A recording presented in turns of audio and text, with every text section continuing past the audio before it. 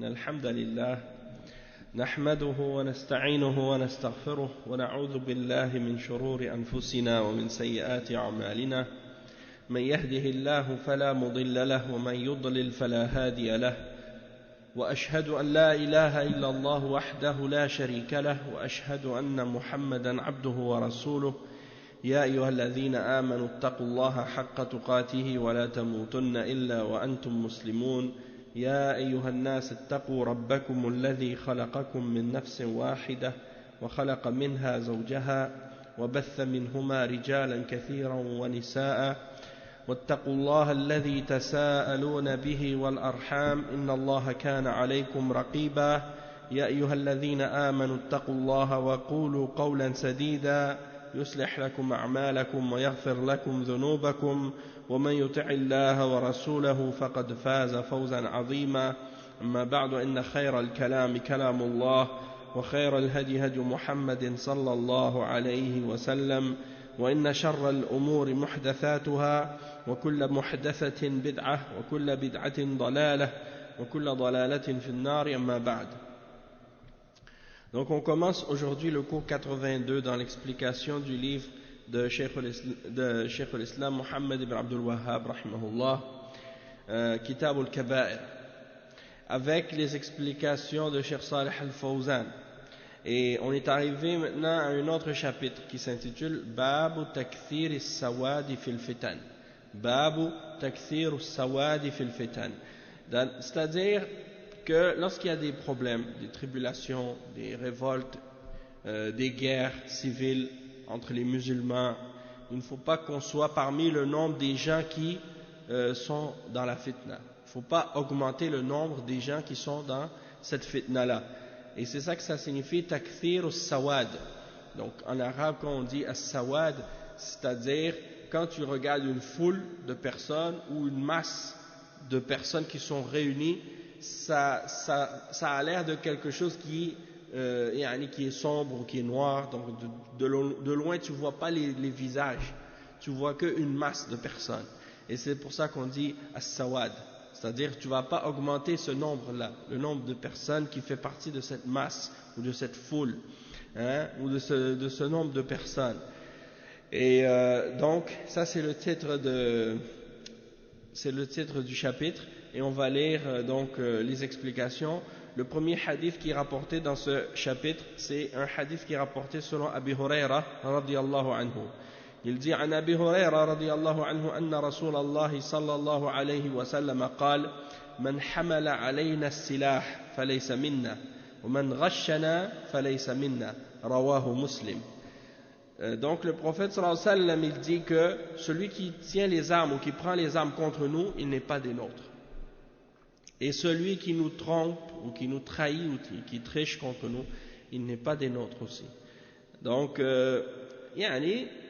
le prophète sallallahu alayhi wa sallam, il dit ça, et on va voir les détails de la signification de ce hadith-là avec les explications de Cheikh al-Fawzan. C'est rapporté par l'imam Muslim, ce hadith. Et Cheikh al-Fawzan, il dit قوله باب تكثير السواد في الفتن المراد أنه لا يجوز للمسلم أن يدخل مع أهل الفتن ويكثر عددهم. C'est-à-dire qu'il n'est pas permis aux musulmans de rentrer parmi les gens qui font la fitna et qui font des troubles et qui font des problèmes, et d'augmenter leur nombre. C'est ça. Et il dit وأما قوله من حمل علينا السلاح فيه أنه يجب على المسلم أن يلقي سلاحه في الفتن. Donc en ce qui concerne la parole du prophète sallallahu alayhi wa sallam qui dit celui qui porte une arme contre nous, il n'est pas des nôtres, il explique le cheikh que ça signifie que pour le musulman c'est obligatoire de jeter son arme lorsqu'il y a des fitan. Quand on parle des fitan, on parle des guerres entre les musulmans contre les musulmans. Donc quand il y a ce genre de fitan, eh bien c'est pas permis pour les musulmans de porter des armes. Ils doivent jeter leurs armes dans ce cas-là, pour éviter de faire partie du nombre des gens de la fitna. Le cheikh dit وقوله فليس منا براءة من النبي صلى الله عليه وسلم ممن فعل ذلك وهو من باب الزجر والوعيد ليكف الإنسان عن الفتن وأنه ليس ممن اهتدى بهدينا واقتدى بعملنا وعملنا وحسن طريقنا واقتدى بعلمنا واقتدى بعملنا وعلمنا وحسن طريقنا فلا يجوز حمل السلاح على المسلمين وفي الحديث إذا التقى المسلمان بسيفيهما فالقاتل والمقتول في النار. Donc le cheikh il explique que quand le prophète sallallahu alayhi wa sallam a dit il n'est pas des nôtres, il n'est pas de nous, il n'est pas des nôtres, ça veut dire que le prophète sallallahu alayhi wa sallam il se désavoue de celui qui agit de cette manière-là, c'est-à-dire qui porte les armes ou qui triche les musulmans, qui trahit les musulmans. Et ça c'est dans le but de réprimander la personne qui agit ainsi et dans le but de lui faire une menace pour qu'il cesse d'agir de cette manière-là et pour qu'il s'écarte des fitan. Ça ne veut pas dire qu'il n'est pas musulman, ça ne veut pas dire qu'il a quitté l'islam parce qu'il a fait ça, mais ça veut dire qu'il a agi d'une manière qui n'est pas l'agissement des musulmans. Il n'a pas suivi notre guidance, il n'a pas pris comme exemple notre façon d'agir et notre savoir et notre bonne manière d'agir avec les autres. Donc il n'est pas permis pour le musulman de porter des armes contre les musulmans, et c'est ça que le prophète sallallahu alayhi wa sallam a exprimé dans l'autre hadith qu'on a lu déjà dans les chapitres précédents. Si deux musulmans s'affrontent avec une épée ou avec une arme, deux musulmans s'affrontent avec leurs épées, celui qui tue et celui qui se fait tuer, les deux sont en enfer. Si deux musulmans s'affrontent avec l'épée, celui qui tue, il est dans l'enfer, celui qui se fait tuer, il est dans l'enfer. Et on avait lu l'explication du prophète sallallahu alayhi wa sallam à propos de ça, quand quelqu'un a posé la question ô messager d'Allah, on comprend que celui qui a tué va être en enfer, mais pourquoi celui qui se fait tuer, qui est la victime, lui aussi il va en enfer, pourquoi? Et le prophète sallallahu alayhi wa sallam a dit parce que lui aussi il était prêt à tuer son frère. Lui aussi il était prêt à tuer son frère.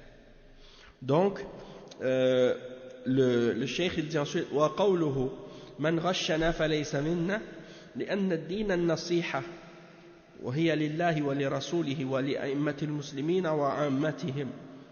فالأصل في المسلم أن يكون طاهرا نقيا سليم الظاهر والباطن، والغش كبيرة من كبائر الذنوب، وهذا في جميع أنواع المعاملات، فيحرم الغش فيها كتدليس العيوب وكتمانها وخلط الجيد بالرديء والمكر والخديعة.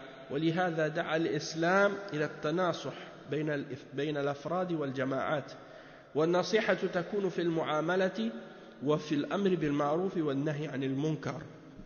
Donc le cheikh il explique ensuite que celui qui nous trahit ou nous triche contre nous, fait des choses malhonnêtes contre nous, il n'est pas des nôtres. Et pourquoi? Parce que dans l'islam, le musulman il doit être sincère.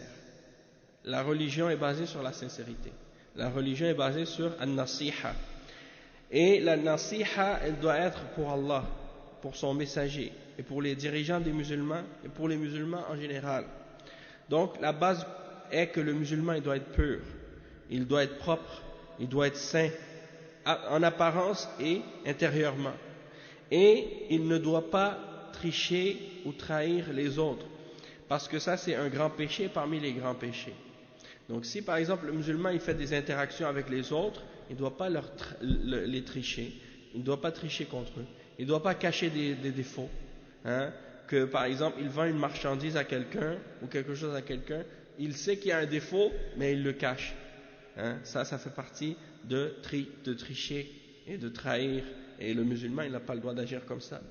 Ou bien de mélanger ce qui est bon à ce qui est mauvais. Tu vois, il y en a qui vont vendre des légumes, des fruits ou des choses comme ça, ou des grains ou autres. Il met les bons au-dessus, il cache le mauvais en dessous. Donc ça aussi, ça fait partie de qu'est-ce qui est de tricher, les musulmans. Ça, c'est pas permis. Et également, tout ce qui a rapport avec la traîtrise, la trahison, le fait de ruser contre les gens, de trahir les gens, de mentir aux gens, des choses de ce genre. Parce que l'islam appelle à faire preuve de sincérité les uns envers les autres. Que ce soit des individus ou que ce soit des groupes, il faut être sincère.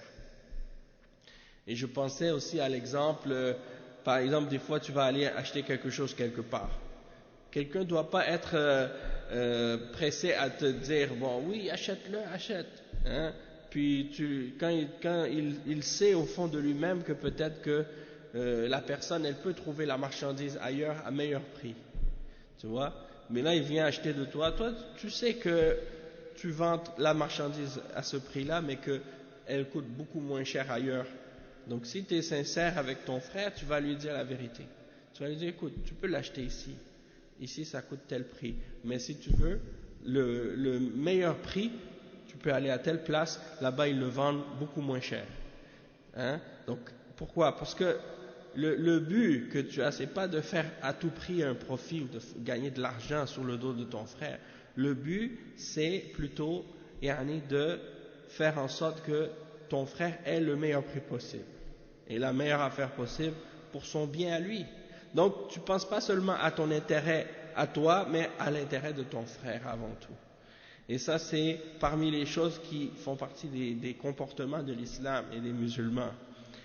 Et tu dois donc faire preuve de nasiha, c'est ça la nasiha, la sincérité, dans les interactions, dans les transactions, dans le commerce, dans toutes les affaires que tu fais, et dans l'ordonnance du bien et l'interdiction du mal.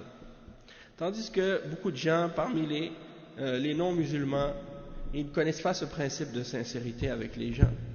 Hein? Ils ne pensent qu'à eux-mêmes, à leur propre intérêt. Donc, même si ils vont vendre quelque chose qui est pas bon ou qui est trop cher, ils vont pas le dire à la personne. Ils veulent à tout prix profiter. Hein?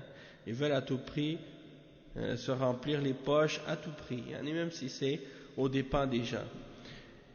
Et aussi, dans l'ordonnance du bien et l'interdiction du mal, eux ils connaissent pas ça, l'ordonnance du bien et l'interdiction du mal. Eux, ce qu'ils connaissent, c'est vivre et laisser vivre.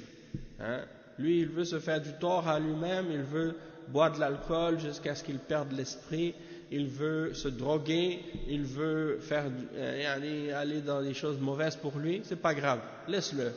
Il veut faire du shirk, il veut faire du kufr, il veut tomber dans l'égarement, faire n'importe quoi, tomber dans les péchés, c'est pas grave, laisse-le.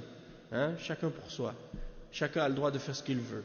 Dis-lui pas que qu'est-ce qu'il fait c'est pas bon. Et dis-lui pas qu'il doit suivre le bien. Ça, c'est la mentalité des kuffars. Tandis que la mentalité du musulman, c'est de vouloir pour les gens qu'est-ce qu'il y a de mieux. Même si eux-mêmes ils ne le veulent pas pour leur propre personne. Mais de les appeler au bien, de leur ordonner le bien et de leur interdire le mal pour leur bien à eux. Hein? Donc ça, c'est l'attitude islamique. C'est ça le comportement des musulmans. Le cheikh il dit ensuite وفي البخاري عن محمد بن عبد الرحمن أبي الأسود قال قطع على أهل المدينة بعث فاكتتبت فيه فلقيت عكرمة فأخبرته فنهاني أشد النهي وقال أخبرني عبد الله بن عباس أن أناسا من المسلمين كانوا مع المشركين يكثرون سواد المشركين على رسول الله صلى الله عليه وسلم فيأتي السهم يرمى به فيصيب أحدهم فيقتله أو يضرب فيقتل فأنزل الله إن الذين توفاهم الملائكة ظالمي أنفسهم الآية ولكن من رضي وتابع وقوله صلى الله عليه وسلم ولكن من رضي وتابع. Donc on va lire l'explication de ce hadith et ça c'est le verset qui est mentionné, c'est dans Surat An-Nisa. On va lire après l'explication de ce verset là, c'est un verset très important. Naam. Donc le hadith est rapporté par Al-Bukhari selon Muhammad ibn Abdurrahman Abil Aswad. Il dit que il y a eu quelque chose qui s'est passé, comme une armée qui allait partir pour faire la guerre quelque part. Mais c'était une guerre entre des musulmans à ce moment-là, entre les gens de la Syrie, de la Palestine et les musulmans de Médine. Et donc, un d'entre les musulmans de cette époque s'est inscrit dans cette armée pour aller dans cette guerre. Et son nom c'était Mohammed ibn Abdurrahman al-Aswad. Et donc, il a rencontré, pendant qu'il est allé s'inscrire dans cette armée-là, il a rencontré Ikrima. Ikrima qui est un élève de Abdullah ibn Abbas radiyallahu anhu. Et Ikrima lui a interdit de rentrer dans cette armée-là et de participer à cette bataille-là. Et il lui a dit, il dit Abdullah ibn Abbas m'a dit à son époque, c'est-à-dire il m'a enseigné que lorsque les musulmans étaient parmi les mushrikines, ils ont augmenté le nombre des mushrikines contre le messager d'Allah sallallahu alayhi wa sallam. Parfois il y avait des musulmans par exemple qui étaient à la Mecque, ils ne pouvaient pas faire la hijra, ils n'étaient pas capables de faire la hijra. Donc ils augmentaient le nombre des mushrikines. Alors, quand il y avait une guerre, ils étaient parfois forcés par les mushrikines de sortir à la guerre contre les musulmans. D'accord? Donc qu'est-ce qui arrive? Parfois, pendant la bataille, peut-être qu'ils se font frapper par une flèche des musulmans, ou ils se font tuer par des musulmans, alors qu'eux-mêmes ils sont des musulmans. Et ça c'est la conséquence de quoi? C'est la conséquence du fait qu'ils n'ont pas fait la hijra, ils n'ont pas quitté les pays, la terre de la Mecque à l'époque. Et il cite le verset, c'est le verset 97 dans Surat An-Nisa, dans lequel Allah subhanahu wa ta'ala dit: ceux qui ont fait du tort à eux-mêmes, les anges enlèveront leur âme en disant: où en étiez-vous à propos de votre religion? Nous étions impuissants sur terre. Ils dirent, alors les anges diront, la terre d'Allah n'était-elle pas assez vaste pour vous permettre de faire la hijra? Voilà bien là ceux dont le refuge est l'enfer, et quelle mauvaise destination, à l'exception des gens qui sont incapables, parmi les hommes, les femmes et les enfants, incapables de se débrouiller et qui ne trouvent aucune voie, aucun chemin, aucune façon de partir. À ceux-là, il se peut que Allah subhanahu wa ta'ala donne le pardon. Et Allah est clément et pardonneur. Et quiconque fait la hijra dans le sentier d'Allah, il trouvera sur terre maintes refuges et abondance. Et quiconque sort de sa maison pour faire la hijra vers Allah et son messager, et que la mort l'atteint, sa récompense incombe à Allah, et Allah est pardonneur et miséricordieux. Donc, ça c'est le verset en question qui a été révélé à cause de ces gens-là, qui n'avaient pas fait la hijra. Et qu'au moment où ils meurent, les anges, quand ils viennent pour prendre leur âme, ils leur disent: pourquoi vous étiez là? Pourquoi vous étiez parmi les mushrikines? Et donc c'est pour dire que ces gens-là, ils sont châtiés à ce moment-là, parce que s'ils avaient la capacité de faire la hijra, mais qu'ils ne l'ont pas fait, ils vont être punis par les anges à ce moment-là. Et dans l'au-delà aussi. Donc il dit ensuite: وَقَوْلُهُ sallallahu alayhi wa sallam وَلَكِنْ مَنْ رَضِيَ وَتَابَ. Tandis que celui qui a été satisfait et qui a suivi de son plein gré, celui-là, c'est lui qui est perdu. Mais on va voir les détails dans l'explication de Cheikh Al-Fawzan quand il dit: قُطِعَ عَلَى أَهْلِ الْمَدِينَةِ بَعْثٌ فَاكْتُتِبْتُ. أي فرض على أهل المدينة أن يجهزوا جيشا في الفتنة التي نشبت بين أهل الشام وأهل المدينة، فاكتتب محمد ابن عبد الرحمن الأسود في هذا الجيش، فنصحه عكرمة بالتخلي عن ذلك ابتعادا عن الفتنة. وذكر عكرمة تفسير ابن عباس لهذه الآية: إن الذين توفاهم الملائكة ظالمي أنفسهم قالوا فيما كنتم؟ قالوا كنا مستضعفين في الأرض. قالوا ألم تكن أرض الله واسعة فتهاجروا فيها؟ فأولئك مأواهم جهنم وساءت مصيرا، إلا المستضعفين من الرجال والنساء والولدان لا يستطيعون حيلة ولا يهتدون سبيلا، فأولئك عسى الله أن يعفو عنهم وكان الله عفوا غفورا. هذه الآيات نزلت في أناس من المسلمين تركوا الهجرة وهم يقدرون عليها وبقوا في مكة، فلما حصلت وقعة بدر خرج المشركون بهؤلاء المسلمين وأجبروهم على القتال معهم ضد المسلمين، فكان من المسلمين من قتل في ذلك، فأنزل الله هذه الآية التي يؤخذ منها أنه لا يجوز تكثير السواد أو تكثير سواد المشركين على المسلمين، ويستنبط منها أيضا أنه لا يجوز تكثير أهل الفتنة. Donc c'est ça que le cheikh il mentionne ici, qu'il y a une armée qui avait été préparée à Médine à l'époque pour combattre les gens de la Syrie. Et ça c'est une fitna, parce que c'est un combat entre les musulmans. Et tout combat entre les musulmans, c'est un combat qu'on appelle un combat de fitna. Ok? Donc les guerres civiles, les révoltes, les problèmes qui existent entre les musulmans dans les pays musulmans, tout ça, ça rentre dans la fitna et on n'a pas le droit de participer là-dedans. On n'a pas le droit de rentrer dans ça. Et ici, c'était une fitna entre les gens de la Syrie et les gens de Médine. Parce que certains voulaient se révolter contre celui qui était au pouvoir à cette époque-là. Et donc, il y en a qui, comme celui-là qui s'était inscrit pour rentrer dans cette armée, Muhammad ibn Abdurrahman Abil Aswad. Puis, qu'est-ce qui est arrivé? C'est qu'il a rencontré Ikrima et il lui a dit qu'il était inscrit dans cette armée. Alors qu'est-ce qui est arrivé? Ikrima lui a donné la nasiha de ne pas rentrer, de ne pas rester, de sortir de ça et de s'écarter de la fitna, de ne pas rentrer dans la fitna. Abdullah ibn Abbas, c'est un des grands savants de la Ummah, Turjuman al-Qur'an, disons celui qui interprète le mieux le Coran, parce qu'il avait Allah subhanahu wa ta'ala lui a donné cette science parce que le prophète sallallahu alayhi wa sallam a fait un dua pour lui.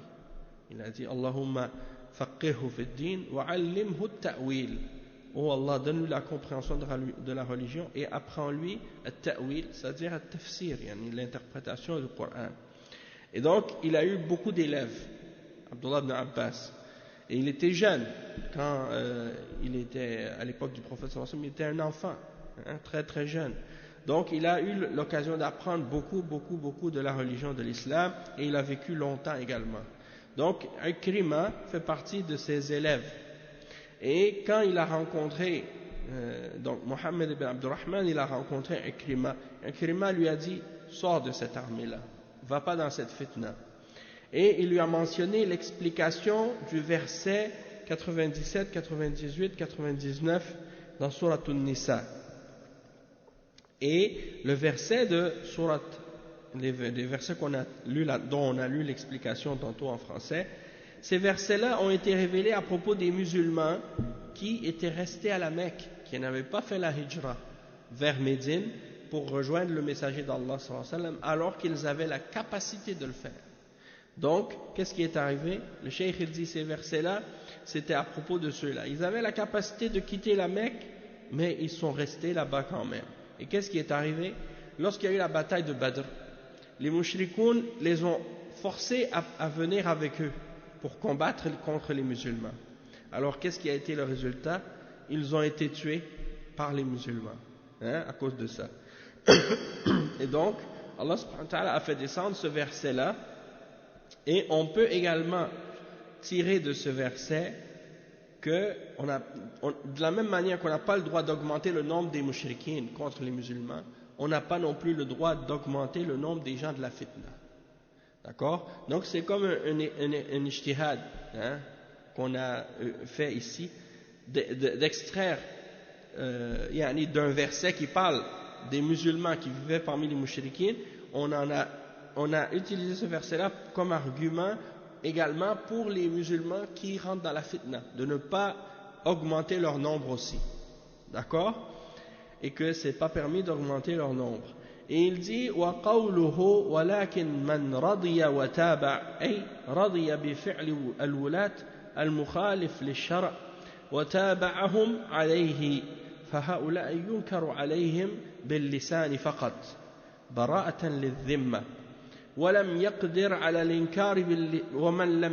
على الإنكار باللسان فإنه ينكر بقلبه ويعتزل الفتن وما عند الولاة من المخالفة للشرع ولا يخرج عليهم بل يلزم السمع والطاعة في غير ما يخالف الشرع.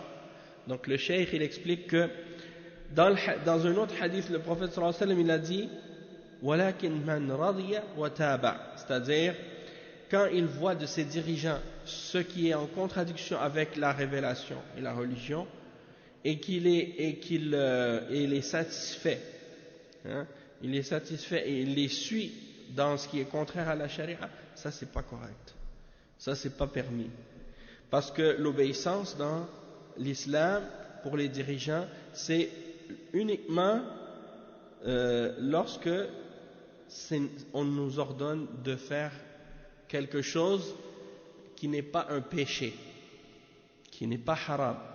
Si le dirigeant il t'ordonne de faire quelque chose qui est permis dans l'islam, tu dois le faire selon ta capacité.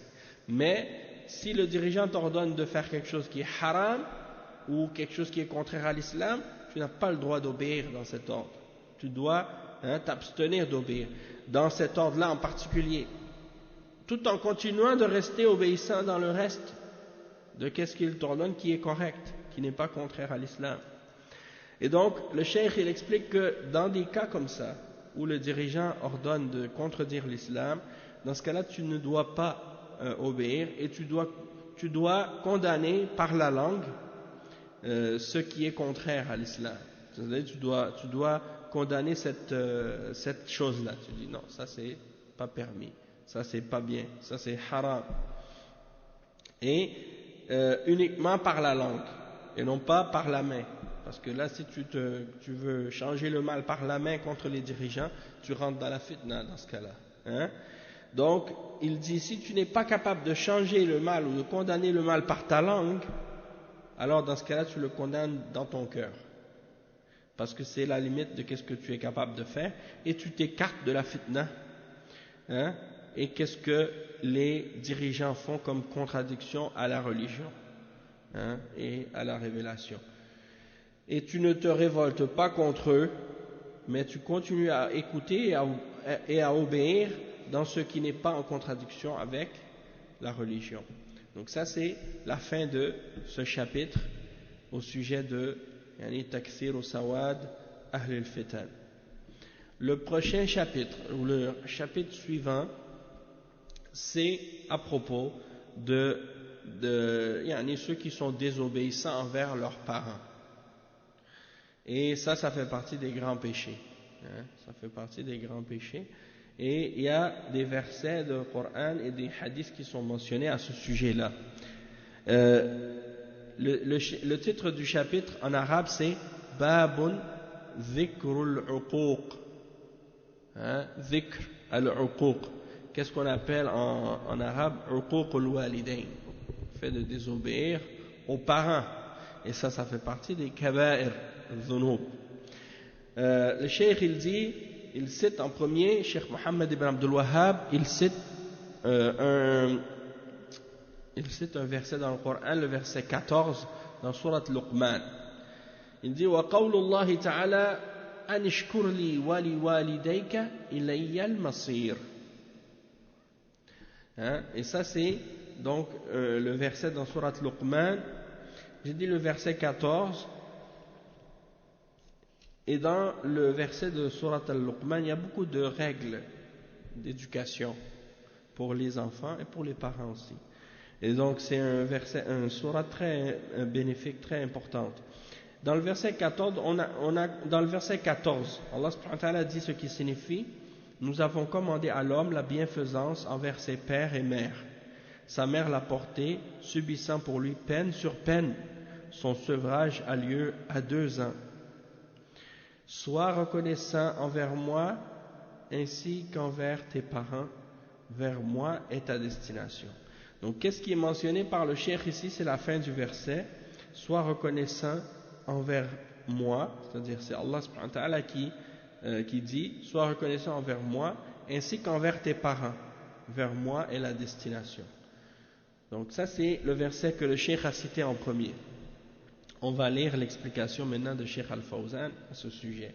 dit من كبائر الذنوب من الكبائر بعد الشرك عقوق الوالدين والعقوق العق من العق وهو القطع فإذا قاطع المرء والديه فقد عقهما وهو كبيرة من كبائر الذنوب وذلك لأن الله عز وجل ذكر حق عبوديته ثم أتبعها بذكر حق الوالدين فقال تعالى واعبدوا الله ولا تشركوا به شيئا وبالوالدين إحسانا وكقوله وقضى ربك ألا تعبدوا إلا إياه وبالوالدين إحسانا فالله عز وجل ذكر حقه وهو عبادته وحده لا شريك له ثم ذكر حق الوالدين فمن عق والديه فقد أتى كبيرة من الكبائر. Donc le cheikh il explique ici que après les grands péchés ou bien parmi les grands péchés après le shirk, on a déjà expliqué que le plus grand de tous les grands péchés c'est le shirk billah, mais après ce péché là il y a le fait d'être désobéissant envers ses parents. Ça c'est le plus grand péché après le shirk. Okay? Et le cheikh il explique que le terme uquq en arabe il vient du mot aqqa. Et ça veut dire en arabe al-qat'u, donc de couper. Ça veut dire couper. Donc al-uquq, ça vient du terme couper. Et donc lorsque quelqu'un coupe les relations avec ses parents, il a été désobéissant envers eux. C'est ça que ça veut dire. Donc quand tu es désobéissant avec eux, c'est comme si tu as coupé le lien qu'il y a entre toi et eux. Et tu as mal agi envers eux. Et ça c'est un grand péché parmi les grands péchés. Et Allah subhanahu wa ta'ala dans le Coran, quand il parle de son droit à l'adoration exclusive, son droit exclusif à l'adoration, il le suit par la mention de l'obéissance aux parents, le droit des parents. Comme par exemple le verset 36, dans Surat An-Nisa, Allah subhanahu wa ta'ala dit ce qui signifie et adorez Allah et n'associez rien avec lui et faites preuve de bonté envers les parents. Et dans un autre verset, le verset 23, dans Surat Al-Isra, Allah subhanahu wa ta'ala dit ce qui signifie et ton Seigneur a décrété que tu n'adoreras personne excepté lui et la bonté envers les parents. Et donc le cheikh il dit Fallahu azza wa jal, Allah subhanahu wa ta'ala il a mentionné son droit à lui, c'est-à-dire qu'il soit adoré lui seul, sans partenaire, sans associé. Puis après avoir mentionné son droit à lui, tout de suite après il mentionne le droit des deux parents. Et donc celui qui a été désobéissant ou irrespectueux envers ses deux parents, alors il a commis un grand péché parmi les grands péchés. Wa qawluhu anishkur li wa li walidayka ilayya al-masir. Le verset qu'on a lu tout à l'heure.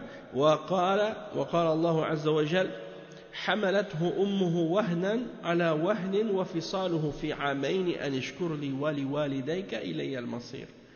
فالله تعالى أمر بشكره على نعمه التي لا تعد ولا تحصى فهو المتفضل بها على عباده ثم أمر بشكر الوالدين لأنهما أعظم الناس إحسانا على الولد بعد الله سبحانه وتعالى فحقهم يأتي بعد حق الله وعقوقهما كبيرة تأتي بعد الشرك بالله من حيث عظم الذنب. Donc le cheikh il explique et il dit le verset et sois reconnaissant envers moi et tes deux parents et c'est vers moi que sera la destination. Et Allah subhanahu wa ta'ala donc dans le verset on l'a lu au complet, sa mère l'a porté peine après peine et son sevrage après 2 ans, c'est-à-dire elle l'a allaité pendant 2 ans, et sois reconnaissant envers moi et tes deux parents, c'est vers moi que sera la destination.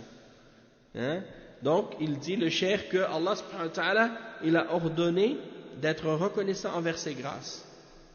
Wa alaykum salam wa rahmatullahi wa barakatuh.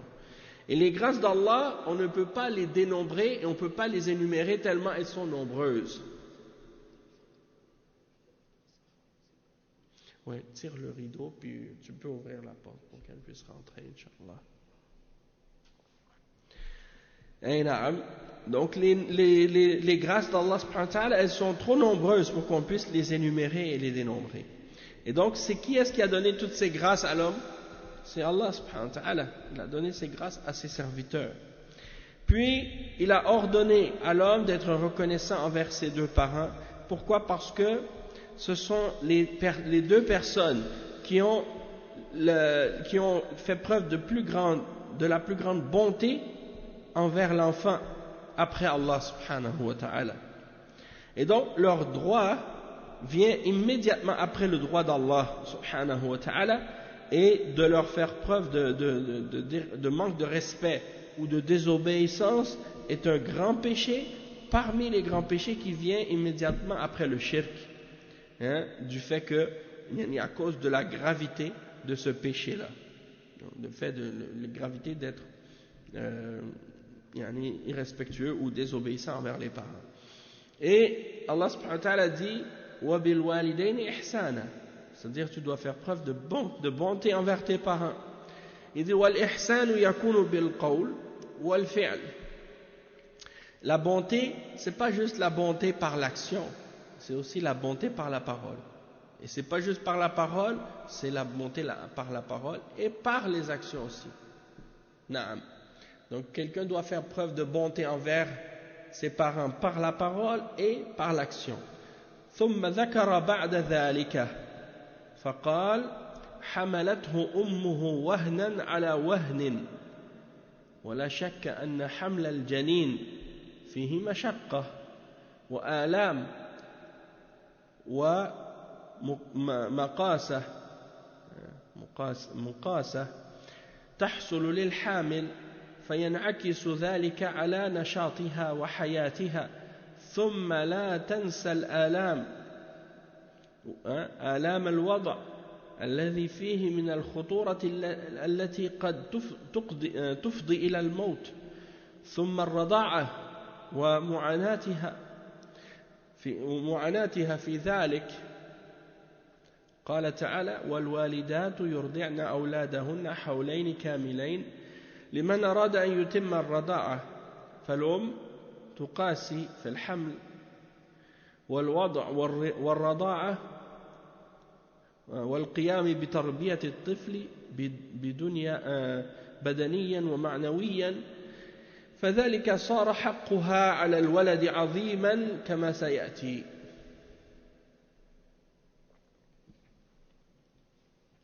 Donc le cheikh il explique que Allah subhanahu wa ta'ala il mentionne dans le Coran pourquoi il est important pour la personne de faire preuve de bonté envers ses parents.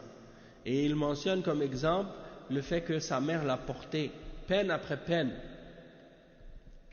Et il n'y a pas de doute que le fait de porter l'enfant, il y a dans ça beaucoup de difficultés, beaucoup de douleurs. Et la femme, elle endure toutes sortes de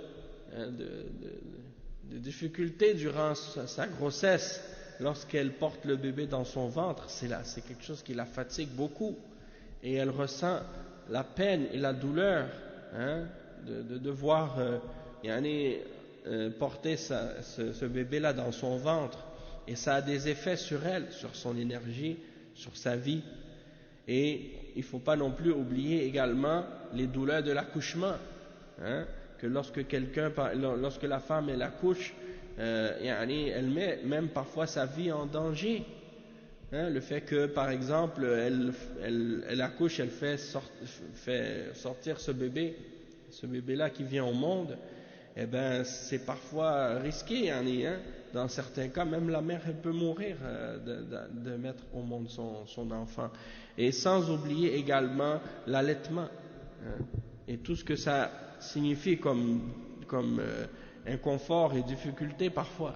C'est-à-dire que la femme, pendant 2 ans, elle doit être disponible pour cet enfant-là chaque fois qu'il a soif, chaque fois qu'il a faim, pour le nourrir avec le lait.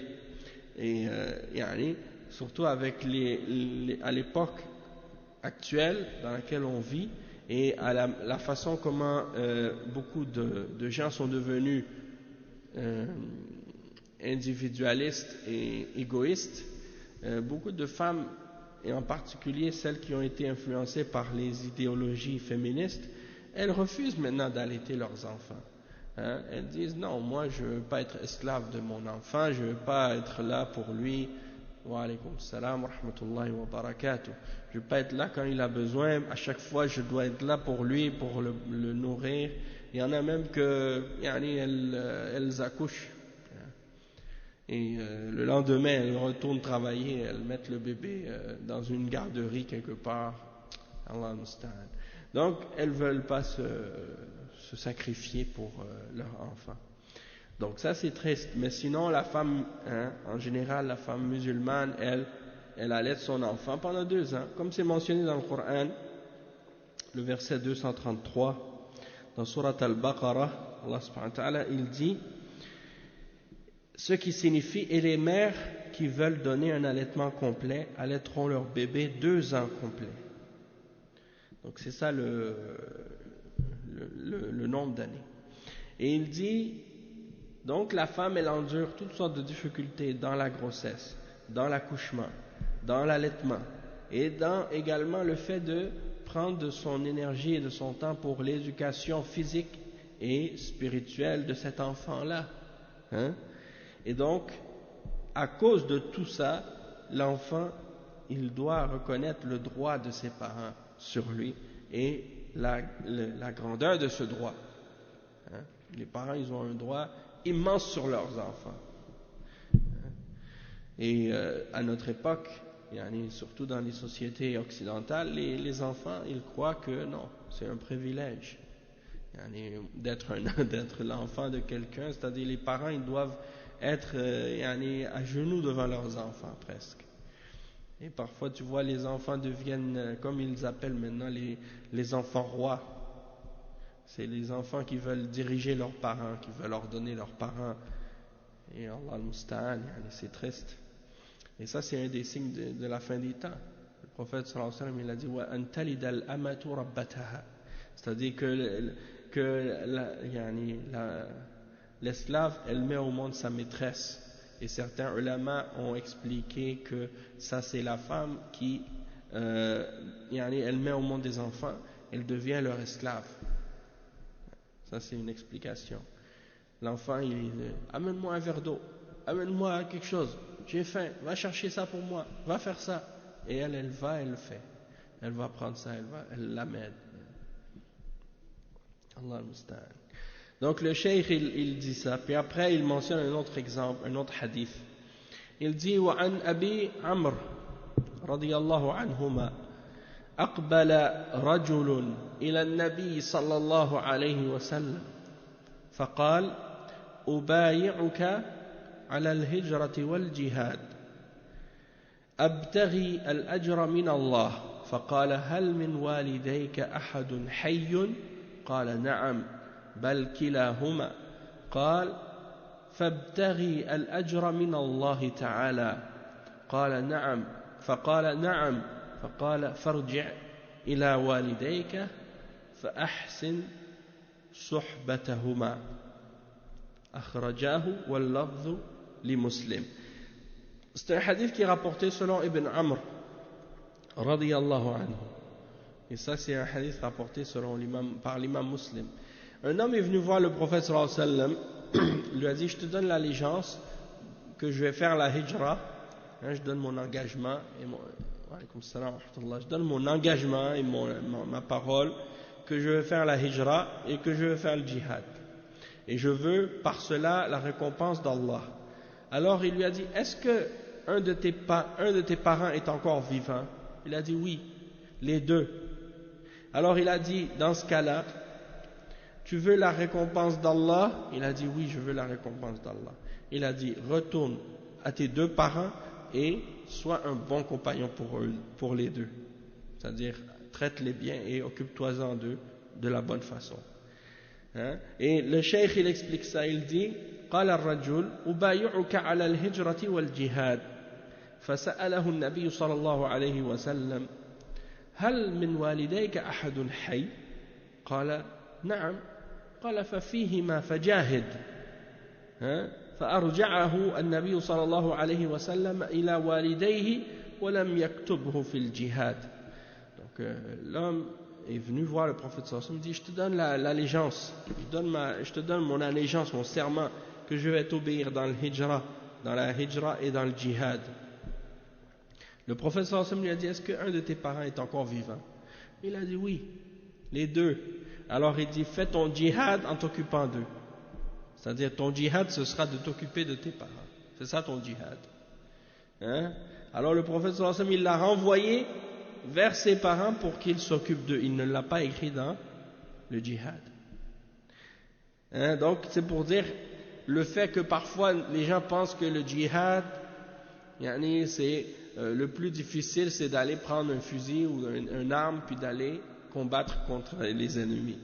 Alors que ça, parfois, c'est bien plus facile que de prendre de son temps et de son énergie pour s'occuper de ses parents. Surtout lorsqu'ils sont vieux et lorsqu'ils sont malades.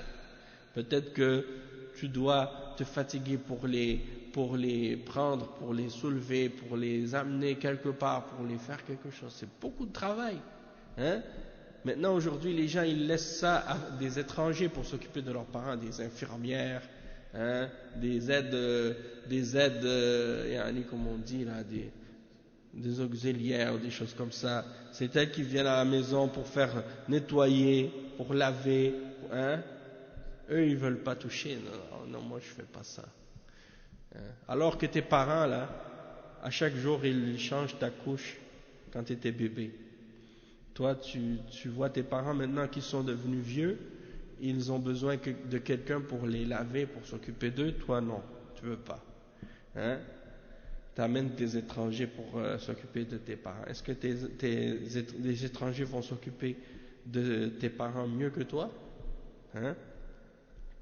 Donc ça, c'est pour dire que parfois, le djihad, il n'est pas là où on s'imagine. Il y en a des jeunes aujourd'hui, et surtout à notre époque, ils pensent que le djihad c'est d'aller partir en Syrie, d'aller telle place. Surtout que comme les ulama ont dit, allez pas là-bas. Les ulama de l'islam ont dit, allez pas là-bas. Surtout qu'il y a les khawarij là-bas qui s'entretuent et qui tuent les musulmans et qui font la fitna. Partez pas là-bas. Occupez-vous de vos parents. Occupez-vous de vos proches. C'est ça le djihad. Et ils partent eux-mêmes sans la permission de leurs parents, alors que le prophète sallallahu alayhi wa sallam a interdit de partir sans la permission des parents. Ils partent sans la permission des dirigeants, sans la permission des parents. Alors que le prophète sallallahu alayhi wa sallam a dit que pour faire le djihad, tu dois avoir la permission de tes parents et du dirigeant avant tout. Donc, qu'est-ce qu'il dit le cheikh ensuite? Il dit فَدَلَّ ذَلِكَ عَلَى أَنَّ حَقَّ الْوَالِدَيْنِ أَعْظَمُ مِنَ الْجِهَادِ الَّذِي هُوَ مِنْ أَفْضَلِ الْأَعْمَالِ وَهَذَا دليل على أن الولد لا يخرج إلى الجهاد إلا بإذن الوالدين وفي هذا رد على الذين يخرجون اليوم إلى ما يسمونه جهادا وهو تخريب وقتل للأنفس المحرمة بغير حق وهؤلاء قد ارتكبوا معصيتين الأولى معصية الوالدين والثاني معصية الخروج على الإمام وعدم طاعته. Donc c'est exactement ce qu'on disait. Le cheikh il dit que donc le droit des deux parents c'est un des plus grands droits dans l'islam, même plus grand que le djihad, qui est une des meilleures œuvres dans l'islam, une des meilleures actions que tu peux faire dans l'islam, c'est le djihad. Mais le droit des parents est plus grand que ça encore. Et donc, c'est la preuve que l'enfant, il n'a pas le droit de sortir au djihad, excepté avec la permission de ses deux parents. Et il y a donc dans ça la réfutation et la réponse de ceux qui sortent aujourd'hui vers ce qu'ils appellent le djihad, alors qu'en réalité c'est de la destruction et c'est des meurtres.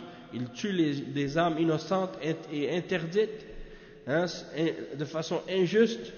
Et donc ces gens-là ont commis deux péchés quand ils sortent dans ce genre de soi-disant djihad, qui n'est pas un djihad du tout.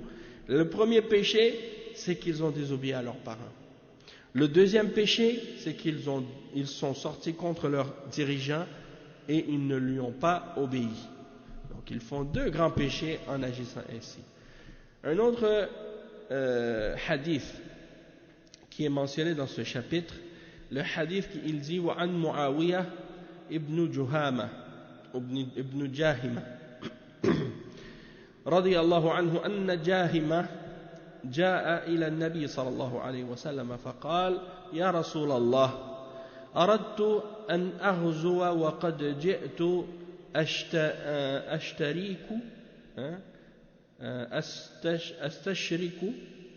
أستشركك فقال هل لك من أم قلت نعم فقال فالزمها فإن الجنة تحت رجليها نعم. Donc le cheikh il cite ici un hadith rapporté selon Muawiyah ibn Jahima, qu'il est venu voir le prophète sallallahu alayhi wa sallam et il lui a dit: ô messager d'Allah, je veux combattre avec toi, je veux participer avec toi dans le combat, dans la bataille. Il lui a demandé: est-ce que tu as une mère? Il a dit oui. Alors il dit: reste avec elle, parce que le paradis est sous ses pieds. Le paradis est sous ses pieds. C'est rapporté par Ahmad et An-Nasa'i. Bon, on n'a pas mentionné ici l'authenticité du hadith en question, est-ce qu'il est sahih ou non, mais on vérifierait ça, parce qu'il y a une autre hadith qui dit que le paradis est sous les pieds des mers, et ça c'est un hadith qui n'est pas authentique, même s'il est rapporté souvent. Mais c'est pour montrer l'importance de la mer, d'accord? Cheikh Al-Fawzan il dit à propos de ce hadith: قوله في حديث معاوية بن جاهمة رضي الله عنه أنه جاء إلى النبي صلى الله عليه وسلم فقال يا رسول الله أردت أن أغزو وجئت أشتركك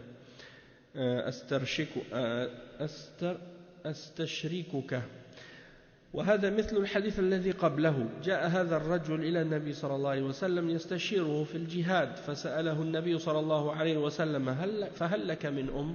قال نعم. قال فألزمها فإن الجنة تحت رجليها، أي إن الجنة والثواب يكونان في خدمة الوالدين وبرهما قريبة منهما لمن وفقه الله وفيه أن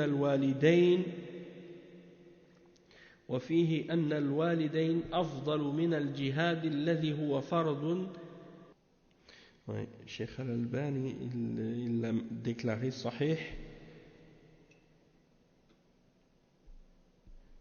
dans Sahih An-Nasa'i. Donc il est authentique le hadith. Et non.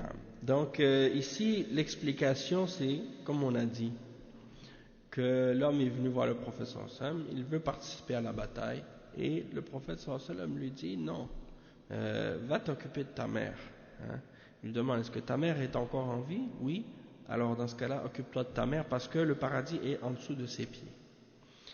Et donc c'est pour dire que le cheikh il dit: ay inna al-jannah wa thawab, donc le paradis et la récompense d'Allah, ils vont être dans le fait de servir tes deux parents et d'être bon envers eux. Et le paradis est proche de tes parents pour celui à qui Allah a donné le succès. Et donc il y a dans ce hadith le fait que le fait de servir tes deux parents, c'est mieux que le djihad, qui est un fard kifaya. C'est-à-dire, fard kifaya, c'est quoi fard kifaya? C'est quand une obligation peut être accomplie par un nombre suffisant de musulmans. S'il y a un nombre suffisant de musulmans qui l'ont accompli, ce n'est plus obligatoire pour le reste. C'est seulement recommandé pour le reste, c'est pas obligatoire. Donc il y a le djihad qui est recommandé, c'est-à-dire il n'est pas obligatoire pour tous les musulmans, obligatoire pour un nombre, lorsqu'il y a un nombre suffisant de musulmans qui l'ont fait. Une fois que le nombre suffisant de musulmans ont fait cette obligation-là, c'est plus obligatoire pour le reste. ça devient seulement recommandé pour eux de le faire. Dans des situations comme ça, le fait de s'occuper de ses parents, c'est prioritaire, c'est plus important que de partir au djihad. Un autre hadith que le cheikh il a rapporté, c'est l'avant-dernier, c'est le hadith suivant. عن أبي هريرة رضي الله عنه أن رجلا قال يا رسول الله من أحق الناس بحسن صحبتي قال أمك قال ثم من قال أمك ثم من قال ثم من قال أمك قال ثم من قال أبوك أخرجاه. C'est un hadith qui est rapporté par Al-Bukhari et Muslim selon Abi Huraira radiyallahu anhu, qu'un homme est venu voir le messager d'Allah sallallahu alayhi wa sallam et lui a dit: oh messager d'Allah, qui a le plus droit de ma bonne compagnie, que je sois bien bon un bon compagnon envers lui dans cette vie? Et il a dit: ta mère. Et puis il a dit: puis ensuite après ma mère, qui d'autre? Il a dit: ta mère. Et il dit: puis après, qui d'autre? Il a dit: ta mère encore. Puis il a dit: et après, qui d'autre? Il a dit: ton père. Donc il a répondu 3 fois: ta mère. Et la 4e fois il a dit: ton père. Et le cheikh il explique ça, il dit: وقول الرجل في حديث أبي هريرة من أحق الناس بحسن صحبتي يؤكد حق الوالدين ويرجح حق الوالدة، لأنه لما سأل عن أحق الناس بحسن صحبته يعني بحسن ملازمتي ومصادقتي قال له النبي صلى الله عليه وسلم أمك 3، وفي الرابعة قال أبوك. فهذا دليل على أن حق الأم أعظم من حق الأب، وذلك من أجل ما قاسته الأم من آلام الحمل والوضع والإرضاع، ثم تشترك مع الأب في التربية، فكان لها 3 حقوق وللأب حق واحد. Donc le cheikh il dit qu'un homme est venu voir donc le prophète sallallahu alayhi wa sallam et a demandé qui mérite plus mon bon comportement, ma bonne compagnie. Et il veut donc, le prophète sallallahu alayhi wa sallam veut confirmer le droit des parents et donner précédence au droit de la mère sur celui du père vis-à-vis par rapport aux 2 parents. Et il dit donc: qui a plus le droit de mon bon compagnon, de ma bonne compagnie plutôt, que je sois avec elle, puis que je sois avec cette personne, que je dois être un bon compagnon pour elle et toujours être à son service, et ainsi de suite. Et le prophète sallallahu alayhi wa sallam a dit la mère 3 fois, et la 4e fois il a dit le père. Et ça c'est la preuve que le droit de la mère est plus grand que le droit du père. Le droit de la mère est plus grand que le droit du père, et c'est pour cette raison-là que il dit à cause de toutes les douleurs et les difficultés que la mère endure lorsqu'elle est enceinte, lorsqu'elle accouche et lorsqu'elle allaite. Et donc étant donné qu'elle subit ça, le père lui il subit rien de ça. Le père il n'a pas à porter le bébé dans son ventre, il n'a pas besoin de faire l'accouchement parce qu'il n'a pas le bébé, donc il n'a pas à accoucher, et en même temps il n'allaite pas. C'est seulement la mère qui peut faire ça. Donc elle a plus de droits sur l'enfant, et l'enfant donc mérite plus d'être bon envers elle vis-à-vis du comportement que de son père. Et le père lui, la femme elle est partenaire avec le père dans l'éducation, et donc elle a 3 droits sur l'enfant, tandis que le père il en a juste un. D'accord? Il dit ensuite: وللبخاري عن ابن عمرو عن ابن عمرو رضي الله عنهما مرفوعا الكبائر الإشراك بالله وعقوق الوالدين وقتل النفس واليمين الغموس.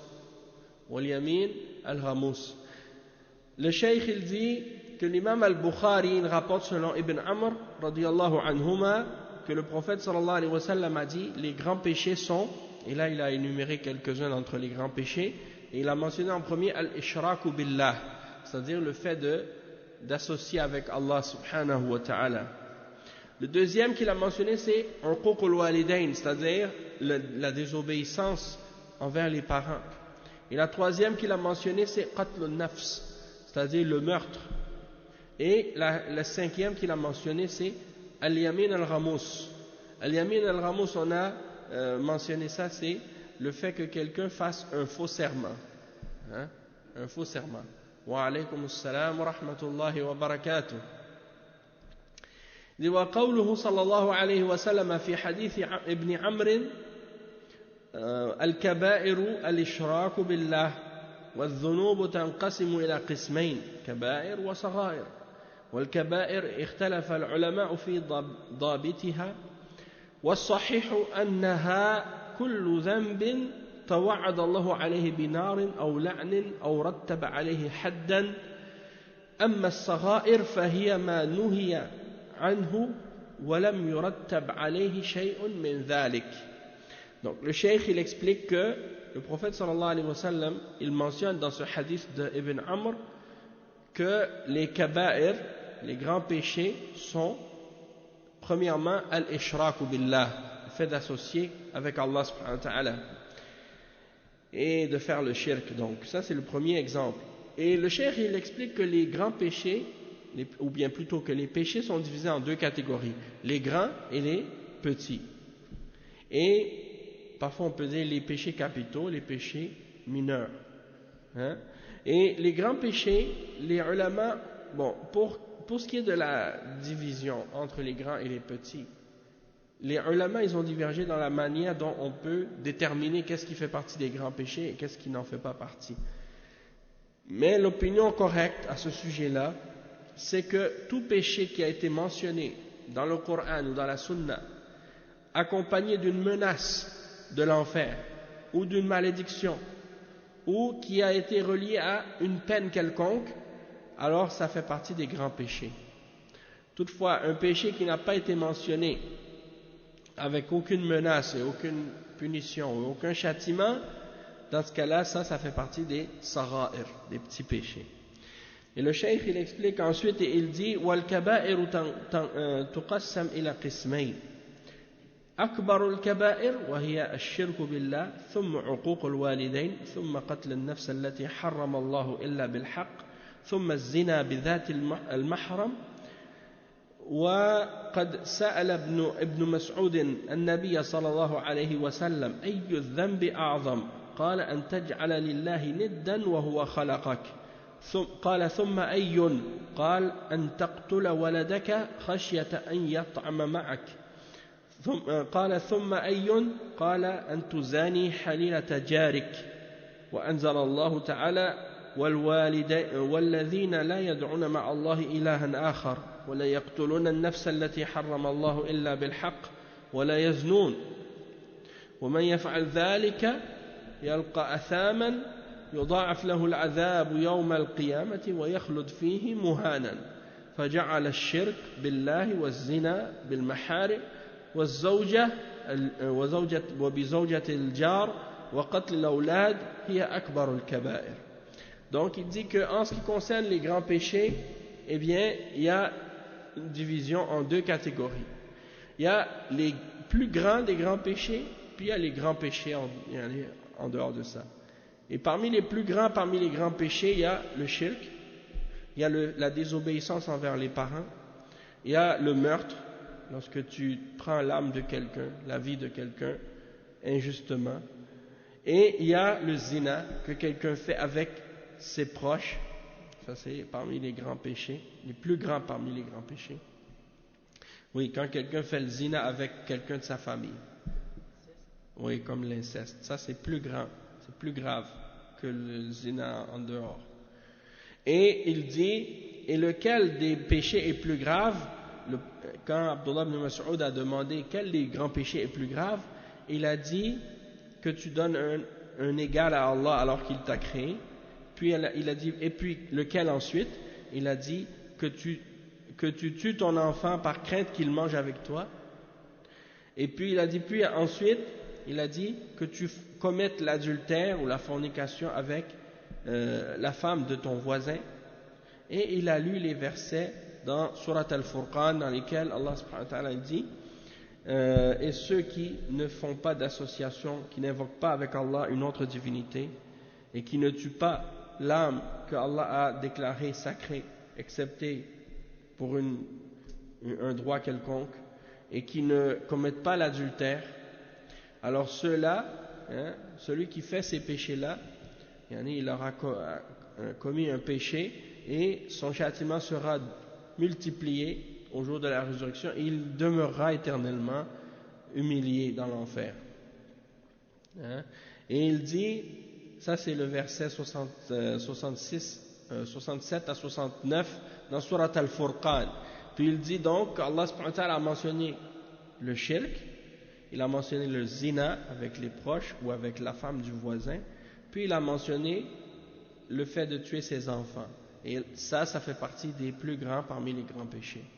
Et il dit wa qawluhu sallallahu alayhi wa sallam al-yamin al-ghamus wa hiya allati tughmasu sahibuha fil ithmi thumma fil nar ولا كفارة لها إلا التوبة والاستغفار ومعناها أن يحلف على أمر ماض كاذبا متعمدا كأن يقول اشتريت هذه السلعة بكذا وكذا وهو كاذب ليخدع من يريد شراءها ويحلف على ذلك.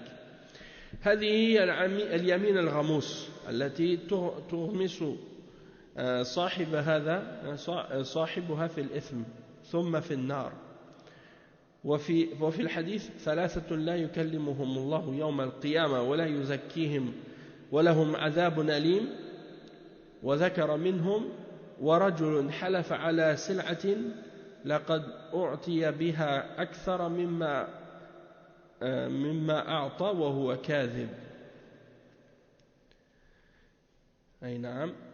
وورد في حديث آخر المنفق سلعته بالحلف الكاذب. Donc ici le cheikh il dit que al-yamin al-ghamus c'est le serment mensonger que quelqu'un fait. Et ça c'est, le prophète sallallahu alayhi wa sallam il l'appelle al-ghamus. Pourquoi? Parce que la personne qui fait ce serment-là, elle va être châtiée. Et le cheikh il explique que elle ment en jurant, de façon mensongère. Donc c'est comme si elle s'était trempée dans le péché et elle sera trempée dans l'enfer par la suite également. Et donc c'est comme la personne qui dit par exemple pour vendre sa marchandise, je te jure que je l'ai acheté à tel prix, alors que c'est pas vrai. Et donc il ment et il jure, il fait des serments mensongers dans le but de liquider sa marchandise. Ça c'est un exemple de al-yamin al-ghamus. Et la personne en question, elle a été trempée dans le péché et elle sera trempée dans l'enfer à cause de ça. Et c'est comme dans le hadith qui a été rapporté par Al-Bukhari et Muslim selon Abi Huraira, qui dit qu'il y a 3 personnes ou 3 types de personnes. Allah il ne va pas leur adresser la parole au jour de la résurrection et il ne va pas les purifier et ils auront un châtiment douloureux. Et parmi eux il a mentionné la personne qui fait des serments mensongers en disant par exemple j'ai reçu telle somme pour, on m'a offert telle somme pour, et il ment. Des fois il y a des gens qui mentent comme ça pour vendre quelque chose. Il dit par exemple la personne elle vient pour l'acheter et elle donne un prix, il dit non mais moi on m'a déjà offert tel prix pour, je te jure qu'on m'a offert telle somme, alors que c'est pas vrai. Donc ça fait partie des exemples de serments mensongers. Puis la personne qui liquide sa marchandise également en faisant des faux serments, ça aussi c'est mentionné dans le hadith selon Muslim, selon Abi Dharr, rapporté par Muslim. Donc on va s'arrêter aujourd'hui ici pour ce sujet. Puis la semaine prochaine, Inch'Allah, on continuera la suite des chapitres dans Kitab al-Kaba'ir. Donc c'est le cours 83 demain, Inch'Allah. في ذكر القطيعة. Al-Qati'a, et c'est à propos des liens de parenté. L'interdiction de couper les liens de parenté dans l'islam.